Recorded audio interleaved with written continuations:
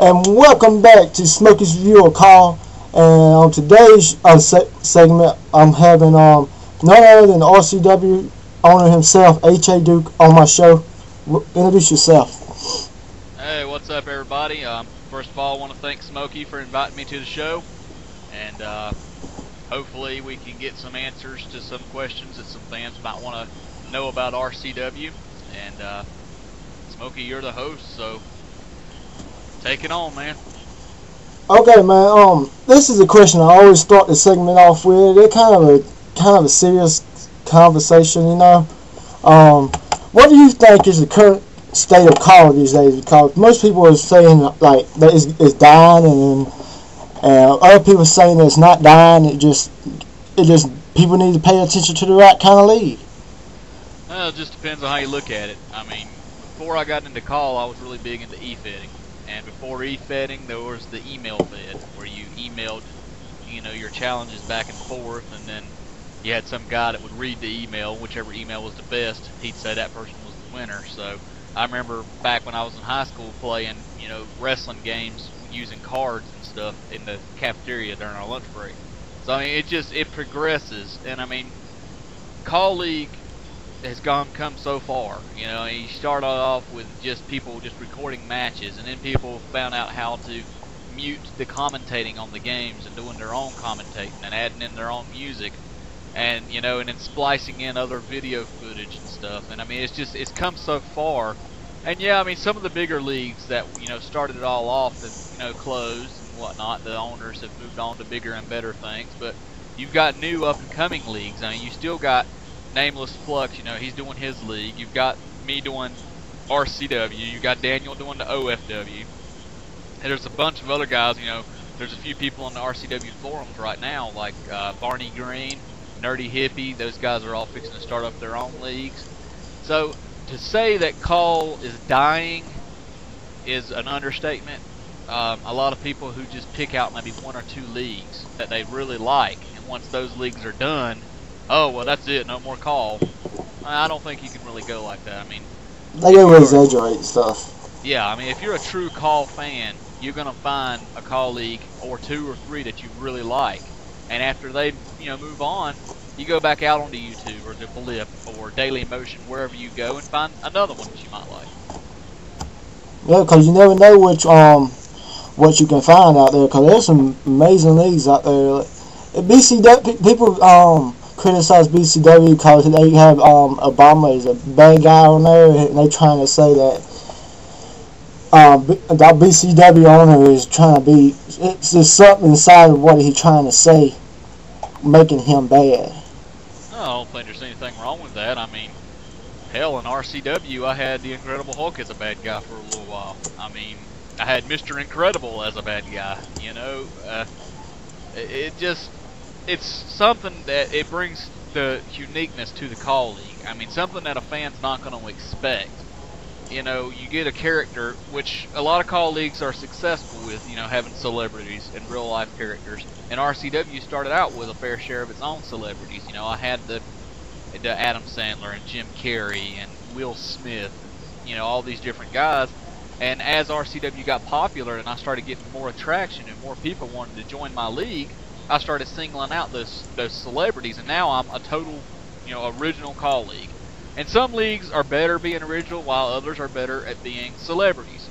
Whereas BCW, for instance, I think Nameless Flux does an excellent job with BCW, the way he has it run. I think that I agree. Dingo, I think he done a really great job with SMF, with the characters that he was using.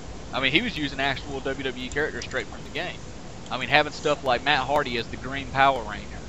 I mean, just different things like that. It just depends on who you are and how you sell it. I mean, you could take the, Mr. Potato Head and put him in a feud against Vladimir Kozlov, and if you can sell it, the fans are going to buy into it. That's the main thing. You've got to be able to sell it, because a lot of people could have cared less about seeing. I mean, if I just told you right off the bat that, hey, I'm starting a Caw League and I'm going to have He-Man versus the Incredible Hulk as one of my main feuds, people are going to be like, what? He-Man versus Hulk? I mean, that just doesn't make any sense. But I was able to sell it, and as a result, last season of RCW was highly successful, not just because of Hulk and He-Man, but because of how I did it. I mean, the Mr. Incredible joining up with the Riddler, for instance. I mean, Yeah, I like that one. It's all about selling. You know, you got to be able to sell it. If you want your fans to be interested, you've got to do something original, unique, shocking, to where it's going to captivate your fans' attention and keep them there with it. Yeah. Well, this brings me to my next question. What was your inspiration of making your league, and what do you want by the time it's over with? What you want to have out of it? You know what I'm talking about? Well, I've always been a big wrestling fan. I mean, I've always, been into wrestling ever since I was a kid. And I've had my own backyard fed. That's where RCW was born. I built a wrestling ring out in my backyard. I had about 20 different guys, all came together, and about once every week, we'd get together and we'd put on a wrestling show. And we were getting so good that we actually were starting to attract, people from the neighborhood to come and watch us and stuff. That's where RCW was really born. And as far as turning it into a call league, like I said earlier, I was into e-fed a lot. And yeah. I got to where, I owned an e-fed for a while there. It was called EWA, and Barney Green was a part of that e-fed, in fact. And, I started trying new things, doing a radio show, and just doing different little things, doing video footage of WWE and trying to change it around some to where it fit to my e-fed. And I just got thinking, I got these video games, I was creating characters on them, and doing these matches, and I was thinking, well, I wonder if there's any way I can record that and put it into a show for my e-fed. Well, I got to doing some research, and I came across No DQ. That was the first call league I saw, and just the guys that did No DQ, seeing these, like, Freddy Krueger versus Superman, Batman and Robin against Jason and Freddy. I mean, just incredible stuff that you would not think of, and these guys were actually doing it, commentating it, and just unbelievable. So I was like, well, how are they doing that? Did some more research, found out about, capture cards and TV tuners, and the rest is history. I went out and bought my equipment and got set up, and the very first RCW Rampage aired on June 18th, 2008. And since then, I remember seeing that. I was like, what the hell is this? Yep. A lot of people thought that. I mean, the first thing you saw was Mr. T, coming down the ramp as the commissioner of RCW, and then Wu-Tang Man, started out as a bad guy. He was hated. Everybody hated him, and had his original RCW title, which Wu-Tang Man originally was actually a character based on myself from the original Backyard Fed that we had running. And so, he started out as a bad guy, and then the next thing you know, it's a total flip-flop. Wu-Tang Man becomes the good guy, Mr. T becomes the bad guy, and just like that. I mean, a total flip of characters, and that's what captivated everybody, because they were like, who the hell are these people? And all of a sudden, oh my God, Mr. T's a bad guy. Got to see this. So. Yeah, that's like Mr. Spectacular, how he used to be bad and everything else, and he turned into a major face now. Mm-hmm. That's how you get your characters. Face and heel changes, are one thing that fans of a call league really like, because they're used to seeing a particular character, and he's either a bad guy, and he's hated, and then all of a sudden, just boom, he makes a sudden face change.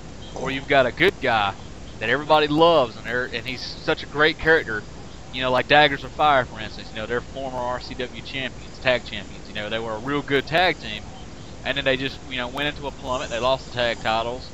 They, went on a losing streak, and all of a sudden, just boom, out of the blue, Dagger turns on fire, beats the hell out of him. And the fans are like, what the crap, And now ever since, Dagger has been a successful, he's only lost one match since going single. So, just little things like that. That's what you've got to try to do. You got to be able to come up with something. And a lot of times with me, I'll have an idea that I'm going to run with, and then when I start recording, something in the game something will happen in the game. Like for instance, take you back to last season. It was RCW Great American Bash. No, not the Great American. It was SummerSlam. It's a rematch between Mr. Spectacular and Johnny J for the world title. Now, Mr. Spectacular, he was the world champion. He cheated to begin with to get the title from Johnny J. Well, my original plan was Johnny J was going to win that match. He was going to get his belt back.